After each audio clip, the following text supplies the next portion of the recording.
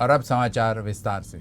Social media पर आपत्तिजनक post के कारण देर रात निर्माण हुई तनाव के मद्देनज़र अकोला के जुने शहर इलाके में धारा 144 लागू कर दी गई है। इसके चलते अकोला शहर में रविवार को हर तरफ सन्नाटा रहा। बाजार, दुकानें, पेट्रोल पंप और इंटरनेट सेवाएं बंद है। पुलिस ने स्थिति को नियंत्रित किया है और नागरिकों से अफवाहों पर विश्वास न करने और शांति बनाए रखने की अपील की है। पुराने शहर के जय हिंद चौक, हरिहरपेट, अक्कलकोट इलाके में 13 मई की रात दो गुटों के बीच हिंसक झड़प और पथराव की घटना हुई। इस दौरान कुछ दंगाइयों ने वाहनों में तोड़फोड़ की और कुछ घरों में भी आग लगा दी। पुलिस ने देर रात आंसू गैस के गोले छोड़े और हवा में फायरिंग कर स्थिति को काबू में करने की कोशिश की। कलेक्टर नीमा अरोड़ा द्वारा देर रात कर्फ्यू लगाने के बाद स्थिति काबू में आई है। राज्य के उप मुख्यमंत्री और अकोला जिले के पालक मंत्री देवेंद्र फडणवीस ने अकोला के पुराने शहर इलाके में हुई घटना की गहन जांच के आदेश दिए हैं। राज्य के ग्रामीण विकास मंत्री गिरीश महाजन ने बताया कि इस घटना में दोषियों के खिलाफ सख्त कार्रवाई की जाएगी। घटना की जानकारी मिलने के बाद वे पुराने शहर थाने पहुंचे और पत्रकारों से बातचीत की। इस मौके पर ग्रामीण विकास मंत्री गिरीश महाजन ने पुलिस प्रशासन के साथ घटनास्थल का दौरा किया। उन्होंने कहा कि ये एक गंभीर मामला है। सोशल मीडिया पर आपत्तिजनक पोस्ट करने वाले का नाम सामने आया है और संबंधित व्यक्ति के खिलाफ कार्रवाई जरूर की जाएगी। उन्होंने ये भी स्पष्ट किया कि जरूरत पड़ी तो इस घटना की उच्च स्तरीय जांच कराई जाएगी। इस घटना में हरिहरपेट के विलास गायकवाड़ की मौत हो गई। राज्य सरकार के माध्यम से मृतक के परिवार को 4 लाख रुपए की सहायता राशि देने की घोषणा की गई है। ऐसी जानकारी भी महाजन ने दी। भारतीय जनता पार्टी की ओर से विधायक रणधीर सावरकर ने मृतक के परिवार को 1 लाख रुपए और श्री रामनवमी शोभा समिति की ओर से विधायक गोवर्धन शर्मा ने 51,000 रुपए की सहायता देने की घोषणा की। आक्षेपार्ह पोस्ट करणाऱ्या व्यक्तीचं नाव समोर आलेलं आहे। त्याला निश्चित अटक केली जाईल, त्याच्यावर कारवाई केली जाईल। परंतु आपण अशा पद्धतीने लोकांनी जीवावरच उठायचं, कोणाच्या तरी सगळ्यांनी उठायचं। 1000-2000 लोकांनी मोटरसायकल घेऊन बाहेर निघायचं, घोषणा देत अटॅक करायचा, जाळपोळ करायची, जो मिळेल त्याला मारत सुटायचं, पोलीस कर्मचाऱ्यांना मारायचं, जीवानिशी मारून टाकायचं। मला वाटतं ही बाब अतिशय गंभीर आहे आणि ही अजिबात यापुढे खपवून घेतली जाणार नाही। पिछले 3 दिनों से पारा 44 डिग्री से ऊपर जा चुका है। शनिवार को विदर्भ में सबसे ज़्यादा अकोला में 44.8 डिग्री सेल्सियस रिकॉर्ड किया गया, तो वहीं रविवार को पारा 45 डिग्री के भी पार हो गया था। इतनी तेज़ गर्मी हीट स्ट्रोक का कारण बन सकती है, इसलिए डॉक्टरों ने दोपहर के समय धूप से न निकलने की सलाह दी है। जिले में इस साल गर्मी का एहसास नहीं हुआ। गर्मी शुरू होने के बाद भी मई के पहले सप्ताह तक बारिश हो रही थी। यूं तो इस साल की गर्मी बारिश वाली होने वाली थी, लेकिन अचानक 9 मई से गर्मी की तीव्रता बढ़ गई। तापमान 45.5 डिग्री सेल्सियस तक पहुंच गया। तापमान 40 डिग्री से ऊपर जाने पर हीट स्ट्रोक हो सकता है, इसलिए नागरिकों से अपील की जा रही है कि ऐसी तेज धूप में काम करने से बचे। तेज धूप से मस्तिष्क और अन्य महत्वपूर्ण अंगों पर सूजन हो सकती है। मस्तिष्क, हृदय, किडनी और अन्य अंगों को नुकसान हो सकता है। समय पर इलाज न होने पर हीट स्ट्रोक घातक हो सकता है, इसलिए नागरिकों से सावधान रहने का आह्वान किया जा रहा है। छत्रपति संभाजी महाराज जन्मोत्सव के अवसर पर बुल्ढाना में निकाली गई शोभा यात्रा पर हेलीकॉप्टर से पुष्प वर्षा की गई। ये दृश्य शहर वासियों के लिए बिल्कुल नया और रोमांचक करने वाला था। हर साल बुल्ढाना शहर में विधायक संजय गायकवाड़ के नेतृत्व में संभाजी महाराज के जन्मोत्सव पर विशेष कार्यक्रमों का आयोजन किया जाता है। इसी के तहत संजय चौक से छत्रपति संभाजी महाराज की शोभा यात्रा निकाली गई, जिस पर आकाश से हेलीकॉप्टर द्वारा पुष्प वर्षा की गई। आकाश से पुष्प वर्षा और जय घोष से पूरे माहौल में ऊर्जा का संचार हो गया था।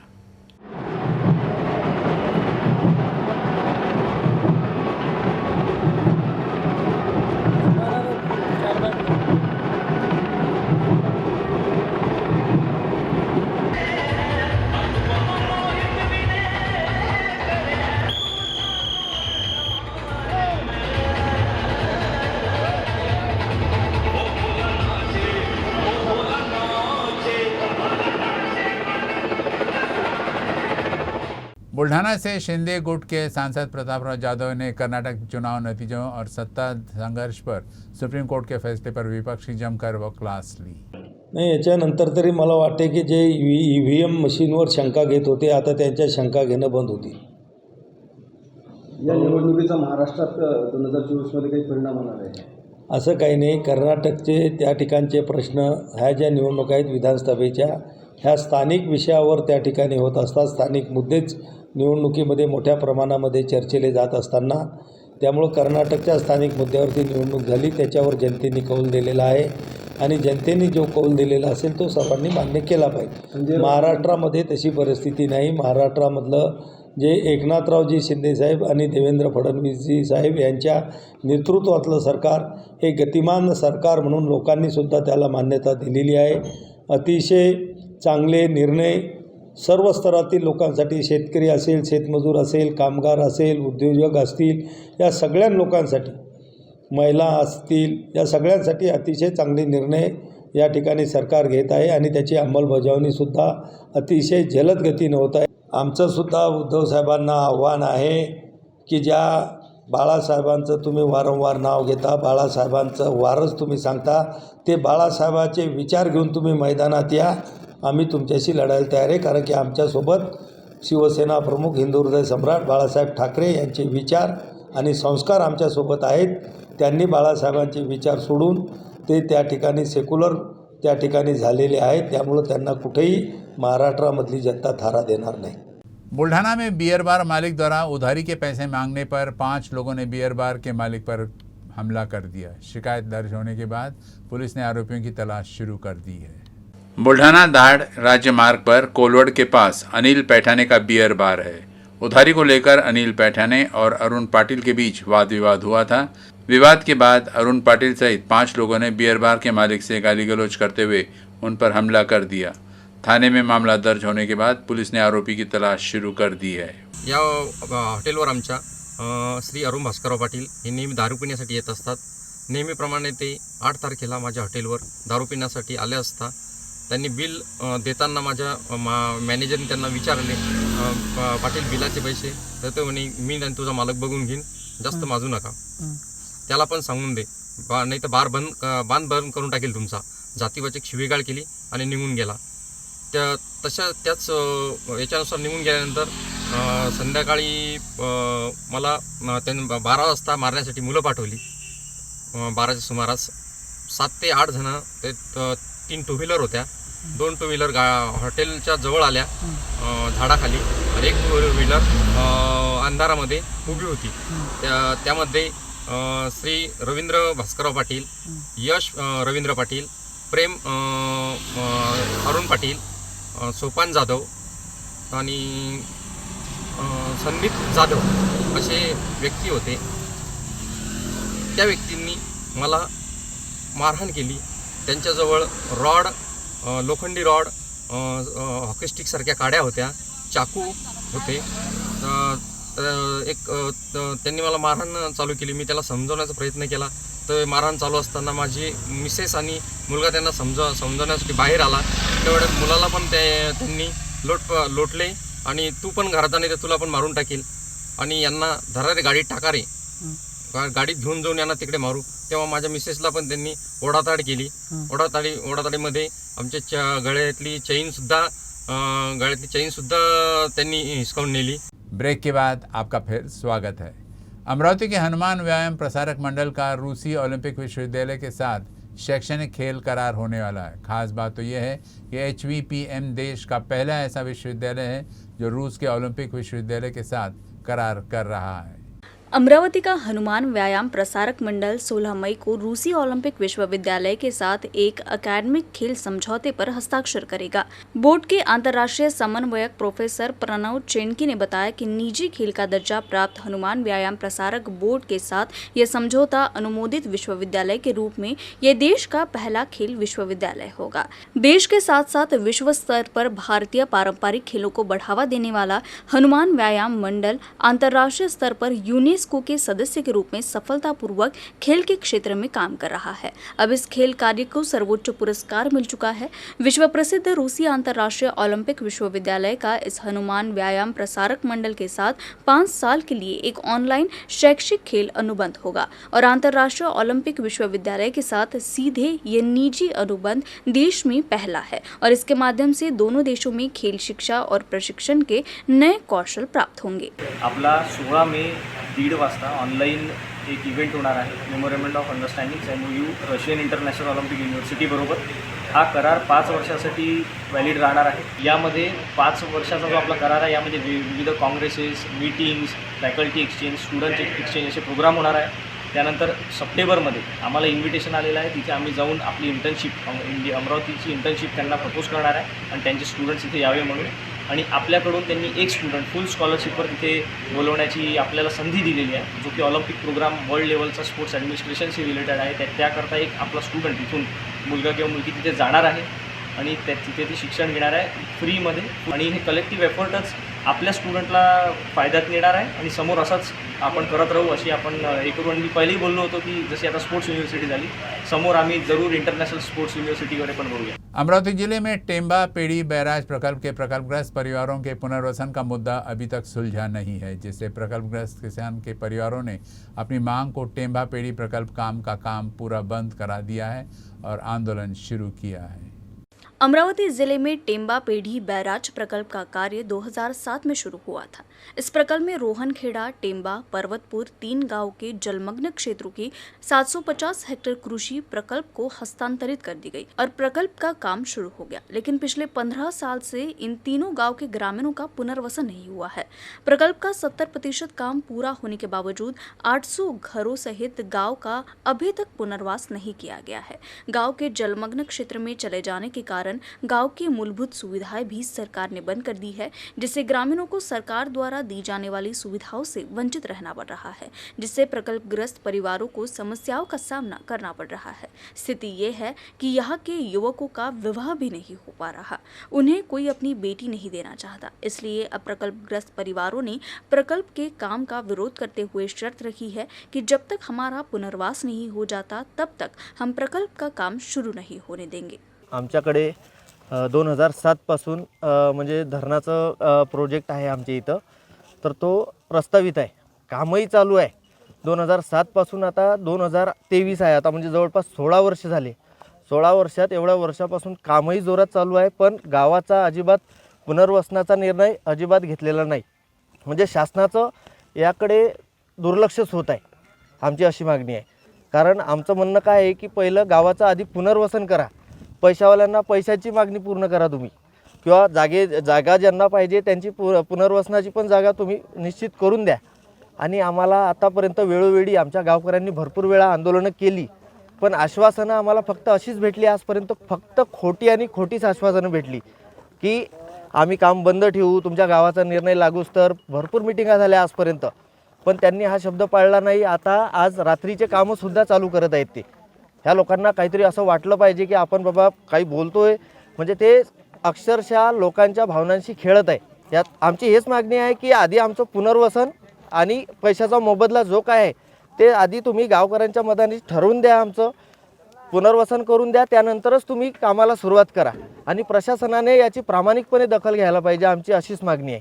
टेम्बा बॅरेज प्रकल्प तालुका अमरावतीमध्ये येत आहे. त्याच्यानं टेम्बा बॅरेज प्रकल्पाचं काम हे 2007 पासून सुरू झालेलं आहे. तेव्हापासून आम्हाला कोणत्याही नागरी सुविधा वगैरे काही सर्व बंद केलं आहे शासनानं. कोणतेही घरकुल नाही, काही नाही, काहीच नाही.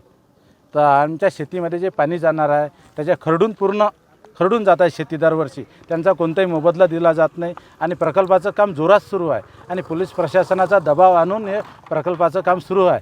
जोपर्यंत आम्हाला पुनर्वसन वगैरे देत नाही तोपर्यंत यांनी काम बंद ठेवावं आणि आमच्या ज्या नागरिक सुविधा ह्या पुन्हा चालू करून देण्यात याव्या. कर्नाटक विधानसभा चुनाव में मिली सफलता से उत्साहित अमरावती में शहर कांग्रेस कमेटी द्वारा बडनेरा मार्ग पर स्थित संकट मोचन विजय हनुमान मंदिर में महाआरती की गई। इस दौरान कांग्रेस के पदाधिकारियों और कार्यकर्ताओं ने कहा कि हनुमान जी ने भाजपा की धार्मिक राजनीति पर गदा फेर दिया। शहर कांग्रेस कमेटी की ओर से दशहरा मैदान के समीप संकट मोचन विजय हनुमान मंदिर में महाआरती की गई। इस दौरान डॉक्टर सुनील देशमुख ने कर्नाटक चुनाव में बजरंगबली के नाम का ध्रुवीकरण करने वालों के खिलाफ जमकर निशाना साधा। शहर कांग्रेस कमेटी के अध्यक्ष बबलू शेखावत, पूर्व पालक मंत्री डॉक्टर सुनील देशमुख, पूर्व मेयर विलास इंगोले, पूर्व मेयर मिलिंद चिमोटे, प्रदेश उपाध्यक्ष भैया पवार समेत बड़ी संख्या में कार्यकर्ता और पदाधिकारी मौजूद थे।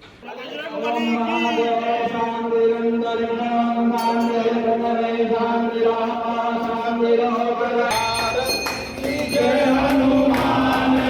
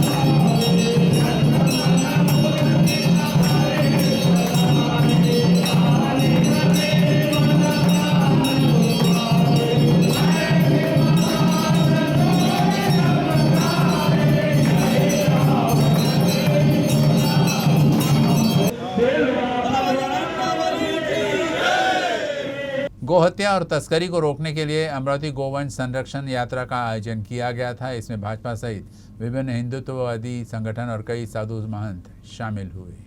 समस्त हिंदू समाज के लिए गोवंश केवल एक पशु ही नहीं बल्कि माता का दर्जा दिया गया है। गाय का हम पर अनंत उपकार है। उनका महत्व जानकर हमें गौ माता का उसी प्रकार ध्यान रखना है जैसे हम अपने परिवारजनों का रखते हैं।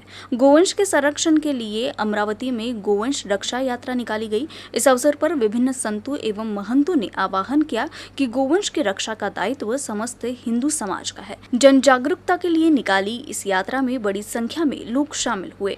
भारत देशामध्ये गोवंशाचं रक्षण झालं पाहिजे, गोमातेचं रक्षण झालं पाहिजे, भूमाता सुजलाम सुफलाम झाली पाहिजे, शेतकरी सुखी झाला पाहिजे। यासाठी अमरावती शहरामध्ये सकल हिंदू समाजाने गोवंश रक्षणासाठी, गोवंश संगोपनासाठी यात्रा काढलेली आहे आणि आज हे भव्य स्वरूप आहे।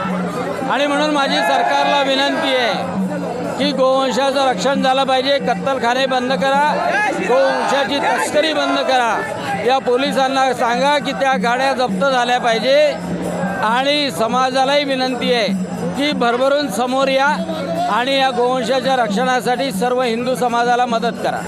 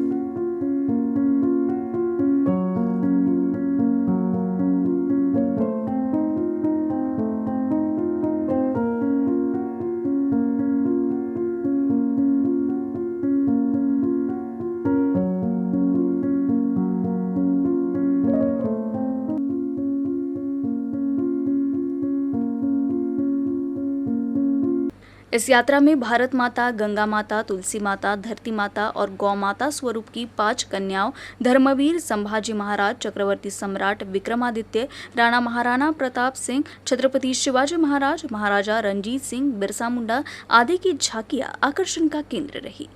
गोवंश हत्या बंदीच्या संदर्भातला कायदा केला, तो कायदा इम्प्लिमेंट ताकदीने व्हावा आणि केवळ शासकीय व्यवस्था नाही तर तमाम हिंदूंनी त्या कायद्यावर काम करावं आणि म्हणून जनजागृती म्हणून आणि त्या कायद्यांमध्ये काही बदल करण्यासाठी त्याचबरोबरीने हे हिंदू राष्ट्र आहे आणि म्हणून गोमाता ही राष्ट्रमाता व्हावी या मागणीसाठी ही रॅली आज या ठिकाणी निघालेली आहे। तमाम हिंदू बांधव या मागणीच्या पाठीशी उभा आहे। गांधी चौकापासून ही रॅली निघून डॉक्टर बाबासाहेब आंबेडकरांच्या पुतळ्याजवळ याचं समापन होईल।